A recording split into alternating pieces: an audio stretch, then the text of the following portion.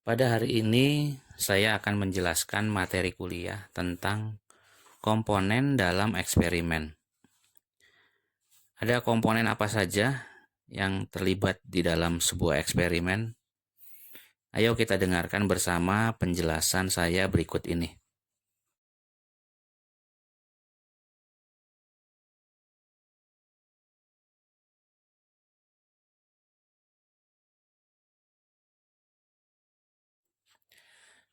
Dalam mendesain sebuah eksperimen, kamu harus mengetahui komponen-komponen yang ada di dalamnya. Komponen yang ada di dalam sebuah eksperimen terdiri dari yang pertama disebut dengan faktor atau variabel input. Kemudian komponen kedua disebut dengan respons atau variabel output. Dan yang ketiga disebut dengan level atau setting. Untuk menjelaskan bagaimana komponen yang ada di dalam desain eksperimen, berikut ini terdapat sebuah contoh eksperimen yang menjelaskan variabel output atau respons, variabel input atau faktor, dan level atau setting. Pada slide ini terdapat sebuah contoh eksperimen atau contoh percobaan dalam membuat sebuah kue. Kita lihat pada gambar yang ada di sebelah kanan. Kue atau cake memiliki karakter yang dapat dilihat dari rasa, warna, dan konsistensi. Konsistensi mungkin maksudnya adalah dari bentuk kue yang dihasilkan. Rasa, warna, dan konsistensi bentuk ini dapat kita sebut sebagai variabel output atau respons. Jadi dalam membuat kue, kita menginginkan kue dengan rasa tertentu, warna tertentu, atau bentuk tertentu.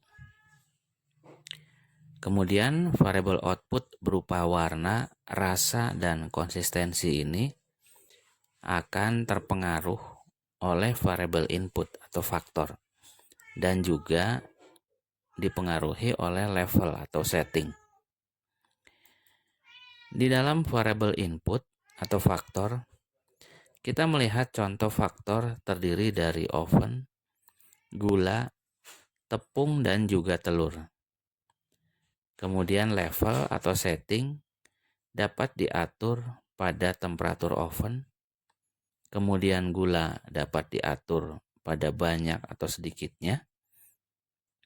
Kemudian tepung juga dapat diatur pada komposisinya. Dan variabel input telur dapat diatur pada jumlah butir telurnya. Pengaturan variabel input dan level dalam contoh ini akan sangat mempengaruhi respon atau variabel output dari kue yang dihasilkan. Kualitas kue yang dinilai dari rasa, warna, dan konsistensi akan dipengaruhi oleh faktor oven, gula, tepung, dan telur. Demikian juga variabel output dari kue akan dipengaruhi juga oleh level atau settingannya. Sekarang kalian semua sudah paham dalam eksperimen hasil atau variabel output akan dipengaruhi oleh variabel input dan juga level. Jadi ini kembali lagi pada pemahaman bahwa di dalam eksperimen terdapat 3 komponen yang satu sama lain saling berkaitan. Ketiga komponen itu adalah variabel output atau respon, variabel input atau faktor, dan ketiga adalah level atau setting. Sekarang kita lihat contoh eksperimen lainnya yang berhubungan dengan dunia otomotif, yaitu pada sepeda motor atau kendaraan roda 4 terdapat sebuah komponen yang disebut dengan catalytic converter. Catalytic converter ini adalah sebuah alat yang digunakan untuk menyaring gas buang dari pembakaran di dalam engine agar kadarnya memenuhi regulasi yang telah ditentukan.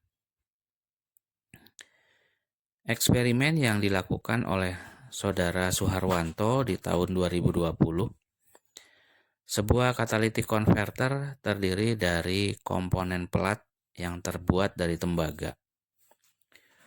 Pelat ini diberi lubang-lubang kecil, kemudian diletakkan di antara exhaust manifold dan knalpot.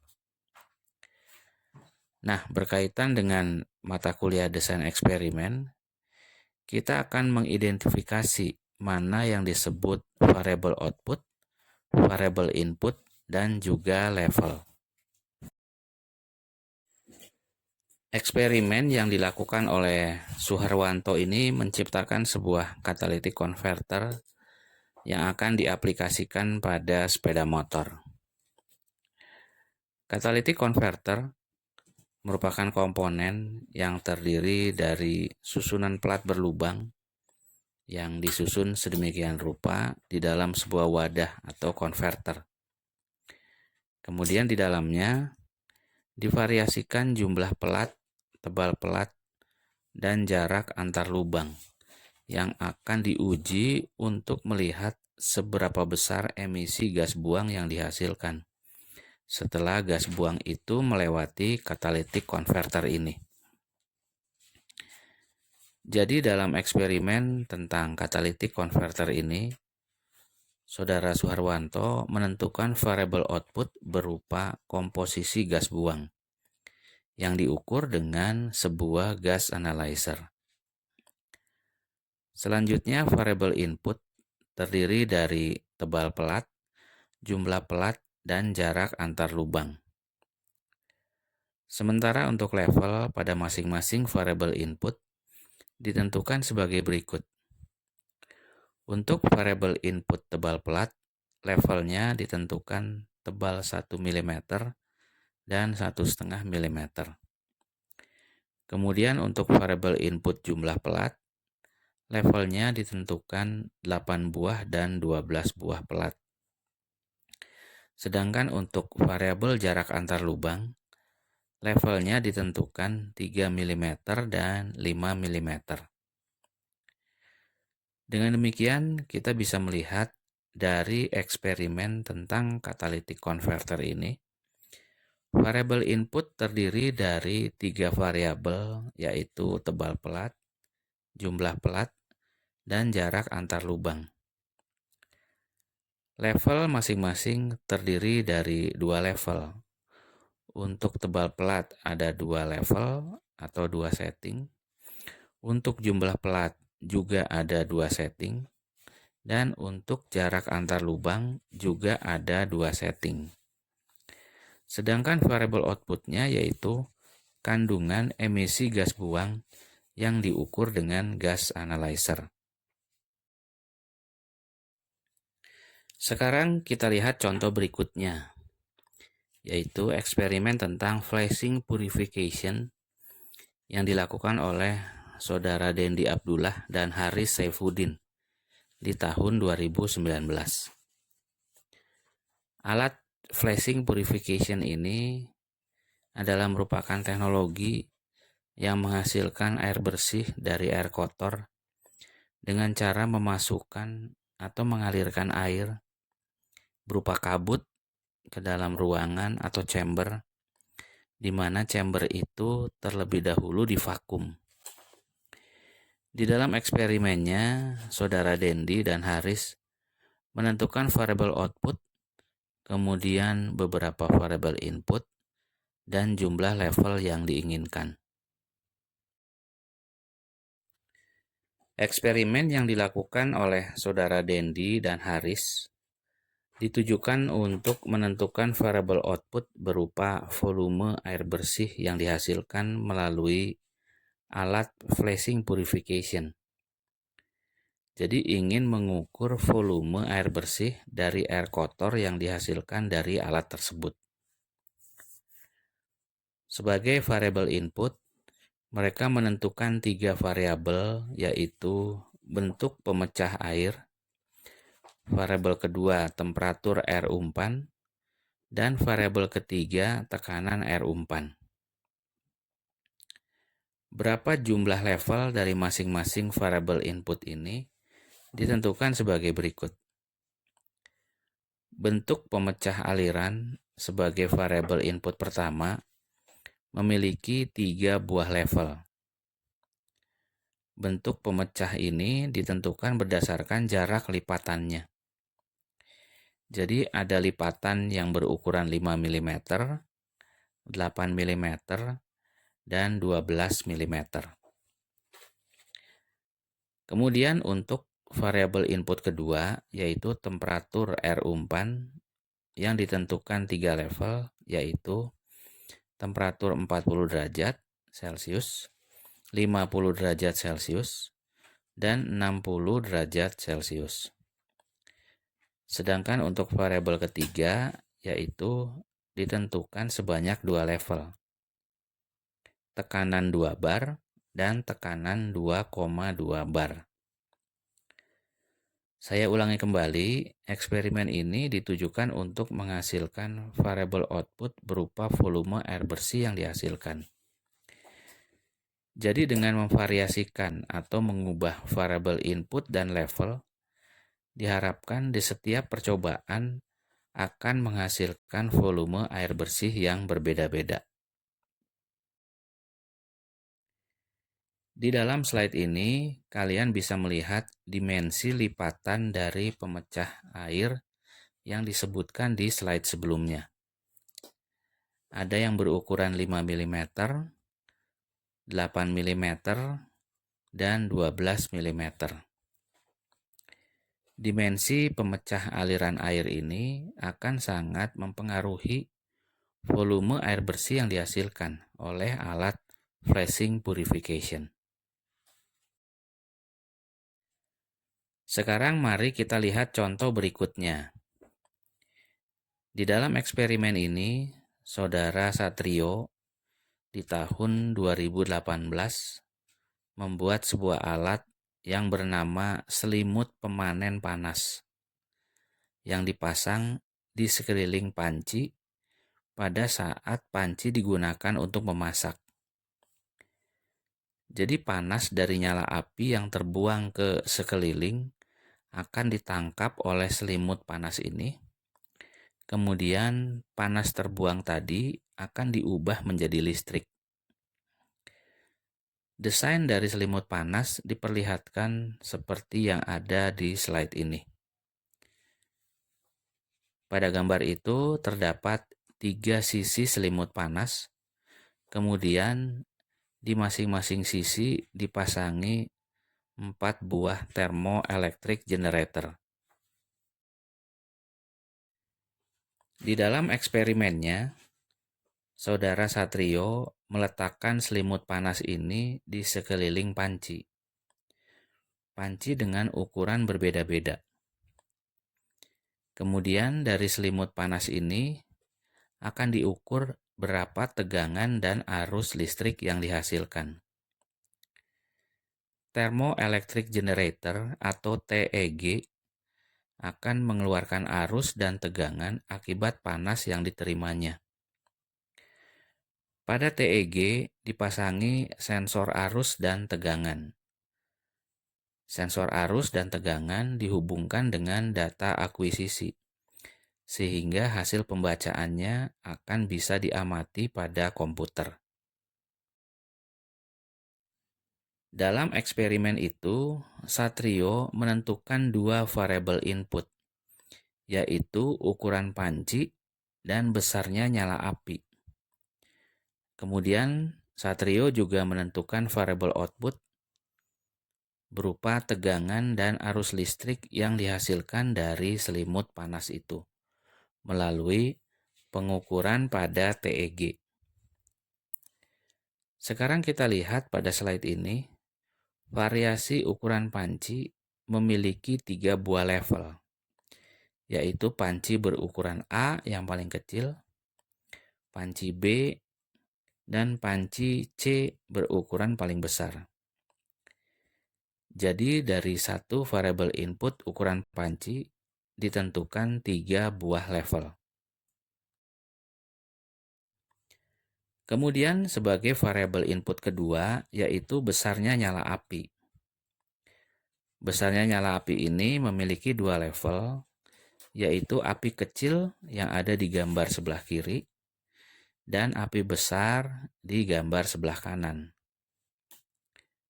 Perhatikan juga di sekeliling kompor telah dipasangi selimut panas yang siap menangkap panas buang dari nyala api. Sekarang perhatikan contoh eksperimen keempat. Sebuah eksperimen yang telah dilakukan oleh saudara Ivan Rahmadi, di mana dalam eksperimen itu saudara Ivan ingin menaikkan sifat keras dari sproket non-ori agar sama dengan sproket orisinil. Untuk menaikkan kekerasan sproket, Ivan memberikan proses karburasi pada sproket non-ori. Kemudian setelahnya diuji keras. Hasil uji keras sproket non-ori dibandingkan dengan sproket ori. Dalam eksperimen karburasi ini, Ivan menentukan variabel outputnya adalah nilai kekerasan. Kemudian sebagai variabel input, Ivan menentukan jenis arang, ukuran arang, dan durasi karburasi. Pada masing-masing variabel input tadi ditetapkan 2 level, yaitu jenis arang dibagi menjadi arang batok kelapa dan arang kayu albasia. Kemudian ukuran arang dibagi menjadi ukuran 5 mili dan 10 mm. Dan durasi karburasi dibagi menjadi 150 menit dan 200 menit. Setelah itu, sproket non-ori dipotong menjadi 8 bagian. Yang 4 potong pertama dimasukkan ke dalam kotak pertama, kemudian direndam di dalam arang berbeda dan kehalusan berbeda. Kotak kedua berisi 4 potongan sproket berikutnya. Kedua kotak itu membedakan durasi karburasi. Yang satu kotak dipanaskan di dalam tungku dengan durasi 150 menit, dan kotak lainnya dipanaskan selama 200 menit. Setelah potongan sproket non-ori dipanaskan di dalam tungku selama durasi 150 menit dan 200 menit, kemudian dikeluarkan dari kotak dan potongan sproket itu dicelup ke dalam air.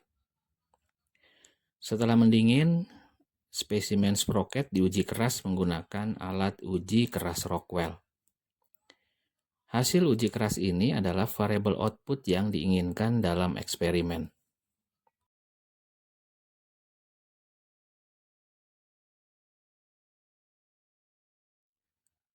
Dari beberapa contoh eksperimen yang telah saya jelaskan pada slide-slide sebelumnya, sekarang kalian semua sudah paham komponen apa saja yang ada di dalam sebuah eksperimen.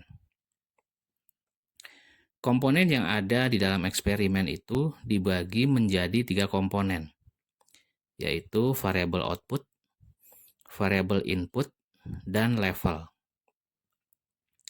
Variabel output adalah hasil yang ingin dicapai dalam sebuah eksperimen. Variabel output ini akan sangat dipengaruhi oleh variabel input dan level. Jadi dalam melakukan sebuah eksperimen, jangan lupa untuk menentukan variabel output, variabel input, dan level. Jika kita urutkan, maka komponen pertama yang harus ditentukan adalah variabel output.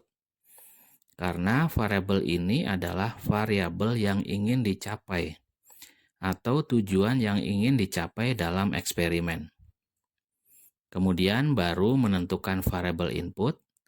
Selanjutnya yang ketiga adalah menentukan level.